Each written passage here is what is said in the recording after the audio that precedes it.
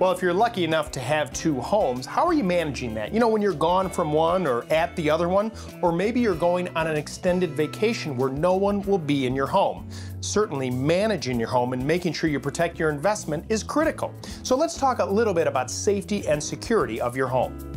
One of the easiest ways to make a home look lived in is the use of timers. Setting some timers out throughout the home to go off at separate times of the day, that will give the appearance that the home is lived in.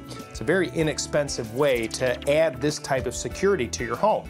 Now, you can also keep an eye on your home by using an internet camera system. These things have come way down in price, and in many cases, all you need to do is plug them right into your internet router, and you can dial into this camera no matter where you are, as long as you have an internet connection and a computer. Now, of course, home security systems are a great way as well. These, of course, have to be installed and under perfect circumstances are monitored by a central station. That way, if someone breaks in, they will contact the authorities and ultimately contact you as well. Now, let's talk a little bit about what temperature to keep your home.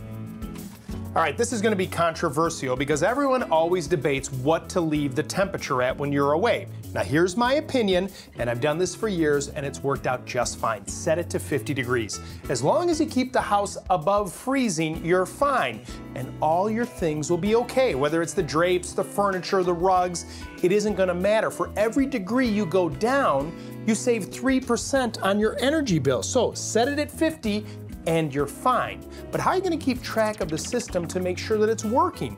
What if that furnace goes out on a cold winter's night? Well, I've got a device that can monitor that. It doesn't cost a lot of money, and it calls you if there's a problem. The unit is called the freeze alarm. They also make a product called the leak alarm. See, both of these things will detect when a problem has occurred, whether the temperature gets too low or water is leaking. You program your phone number into it, you plug it into your phone line, and if the temperature drops or there's a leak, the units call you, giving you a chance to react. Now, speaking of water, make sure that when you're leaving, you shut the water off, that main valve. Find it and turn it off because leaks can spring up anywhere. Now, one other thing I want to touch on is administering all of this. You need to make sure you have a checklist so that you remember exactly what to do every time you leave your home, or if someone's going to come use your home, what they need to do to open the place up. And finally, what you want to do is write down all of this information. You know, it's real easy to forget exactly what you have to do when you're trying to get out of town. So if you write it all down, create a file on your computer, take some pictures. You know, with a digital camera, you can take and get visual clues of exactly what you're supposed to do. Then you have a reference point to say, hey, I got to turn down the heat, and I've got to plug in the alarms and put the timers all together. Oh, and you got to stop the mail. I got to put that on my list as well. Stop the mail.